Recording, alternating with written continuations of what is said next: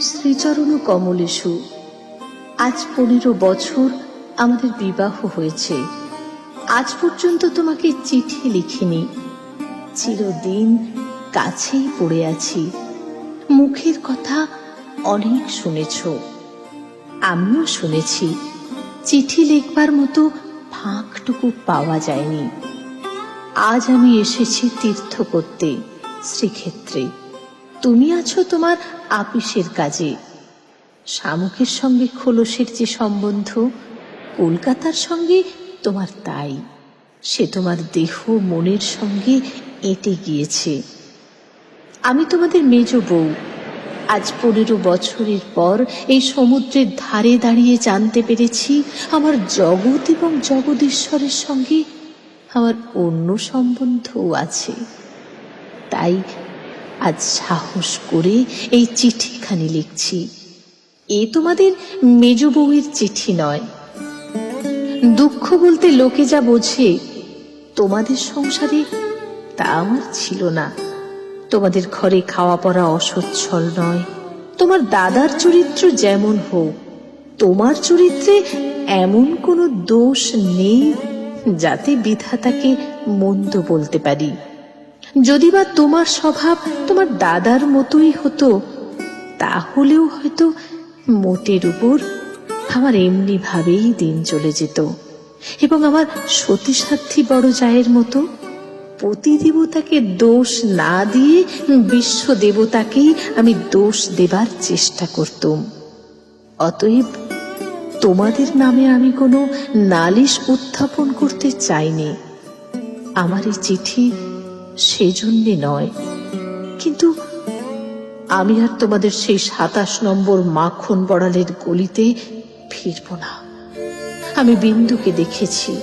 সংসারের মাঝখানে মেয়ে মানুষের পরিচয়টা যে কি তা আমি পেয়েছি, আর আমার দরকার নেই। তারপরে এও দেখেছি, ও মেয়ে বটে, তবু ভগবান ওকে ত্যাগ করেননি। ওর উপরে তোমাদের যত জোরই থাক না কেন, সে জোরের অন্ত আছে। ও আপনার হতভাগ্য মানব জন্মের চেয়ে বড়। তোমরাই যে আপন ইচ্ছা মতো আপন দস্তুর দিয়ে ওর জীবনটাকে চিরকাল পায়ের তলায় চেপে রেখে দেবে। তোমাদের পা এত লম্বা নয়। মৃত্যু তোমাদের চেয়ে বড়। সেই মৃত্যুর মধ্যে সে মহান। সেখানে বিন্দু কেবল বাঙালি ঘরের মেয়ে নয়, কেবল খুড়তুতো ভাইয়ের বোন নয়, কেবল অপরিচিত পাগল স্বামীর প্রবঞ্চিত স্ত্রী নয়। সেখানে সে অনন্ত। সেই মৃত্যুর বাঁশি এই বালিকার ভাঙা হৃদয়ের ভিতর দিয়ে আমার জীবনের যমুনা পারে যেদিন বাজল, সেদিন প্রথমটা আমার বুকের মধ্যে যেন বান বিঁধল। বিধাতাকে জিজ্ঞাসা করলুম, জগতের মধ্যে যা কিছু সবচেয়ে তুচ্ছ, তাই সবচেয়ে কঠিন কেন? এই গলির মধ্যকার চারিদিকে প্রাচীর তোলা নিরানন্দের অতি সামান্য বুদ্বুদটা এমন ভয়ঙ্কর বাধা কেন? তোমার বিশ্বজগৎ তার 6 ঋতুর সুধাপাত্র হাতে করে যেমন করে ডাক দিক না কেন, এক মুহূর্তের জন্য কেন আমি এই অন্দরমহলটার এইটুকু মাত্র চৌকাঠ পেরোতে পারিনি? তোমার এমন ভুবনে আমার এমন জীবন নিয়ে কেন ওই তুচ্ছ ইটকাঠের আড়ালটার মধ্যেই আমাকে তিলে তিলে মরতেই হবে? কত তুচ্ছ আমার এই প্রতিদিনের জীবনযাত্রা, কত তুচ্ছ এর সমস্ত বাঁধা নিয়ম, বাঁধা অভ্যাস, বাঁধা বুলি, এর সমস্ত বাঁধা মার। কিন্তু শেষ পর্যন্ত সেই দীনতার নাগপাশ বন্ধনেরই হবে জিত, আর হার হলো তোমার নিজের সৃষ্টি ওই আনন্দলোকের। কিন্তু মৃত্যুর বাঁশি বাজতে লাগলো। কোথায় রে রাজমিস্ত্রির গড়া দেয়াল? কোথায় রে তোমাদের ঘুরো আইন দিয়ে গড়া কাঁটার বেড়া?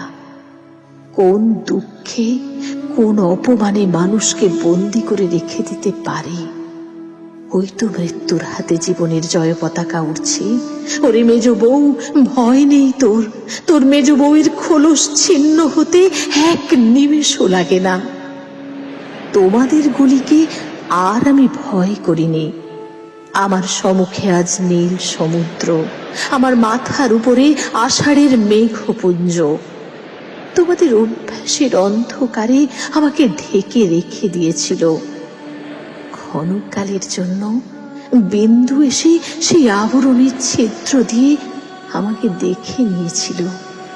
সেই মেয়েটাই তার আপনার মৃত্যু দিয়ে আমার আবরণখানা আগা গোড়া ছিন্ন করে দিয়ে গেল। আজ বাইরে এসে দেখি আমার গৌরব রাখবার আর জায়গা নেই। আমার এই অনাদৃত রূপ যার চোখে ভালো লেগেছে, সেই সুন্দর সমস্ত আকাশ দিয়ে আমাকে চেয়ে দেখেছেন। এইবার মরেছে মেজ বউ। তুমি ভাবছ আমি মরতে যাচ্ছি? ভয় নেই, অমন পুরনো ঠাট্টা তোমাদের সঙ্গে আমি করব না। মীরাবাইও তো আমারই মতো মেয়ে মানুষ ছিল, তার শিকলও তো কম ভারী ছিল না। তাকে তো বাঁচবার জন্য মরতে হয়নি। মীরাবাই তার গানে বলেছিল, ছাড়ুক বাপ, ছাড়ুক মা, ছাড়ুক যে যেখানে আছে।